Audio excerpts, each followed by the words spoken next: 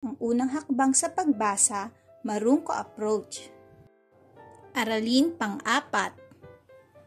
Bago ang lahat, please don't forget to like and subscribe to my channel. Kamusta kayong lahat? Ito ulit ang inyong teacher Riri at magbabasa tayo. Una kong bibigkasin at susundan niyo ako. A, E, I,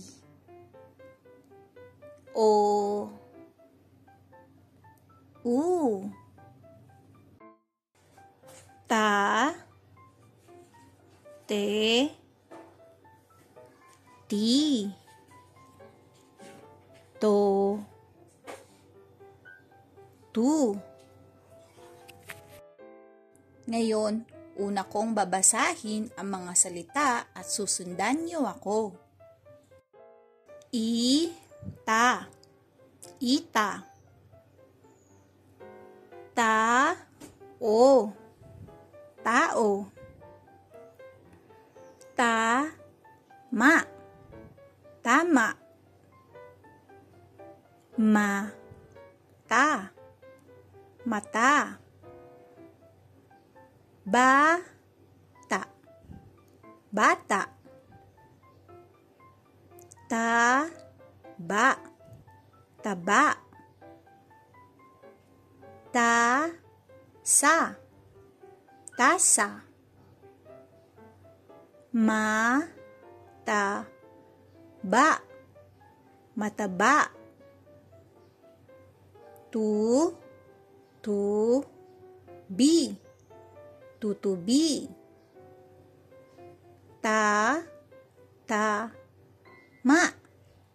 tatama. Ngayon, babasahin natin ang mga pangungusap na may katinig at patinig.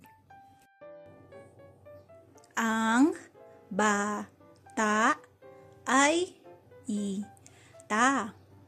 May tasa sa ibaba. Iba ang baso. Ngayon, kayo lang ang magbabasa.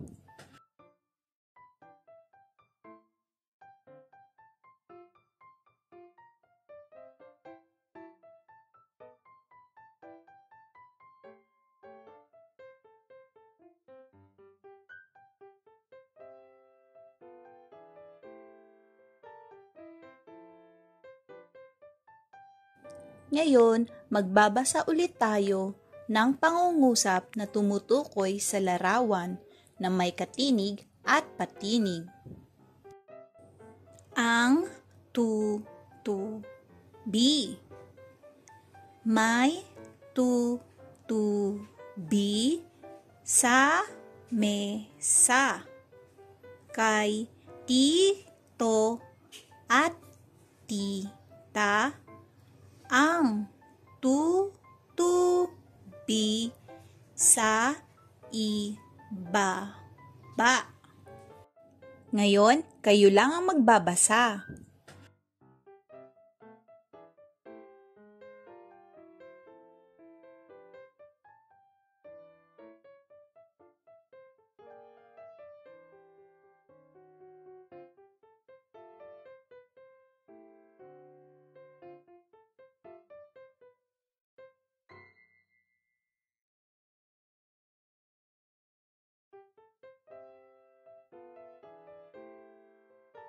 Good job, mga bata!